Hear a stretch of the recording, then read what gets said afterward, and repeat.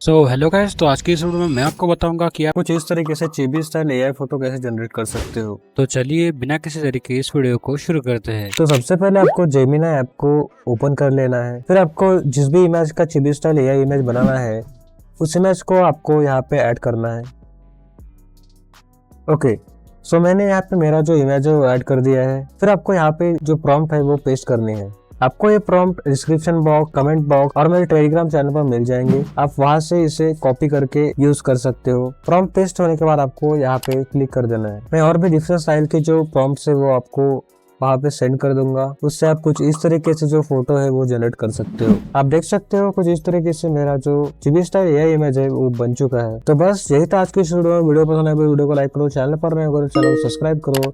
मिलते हैं किसी और एक नए वीडियो में, तब तक के लिए बाय बाय।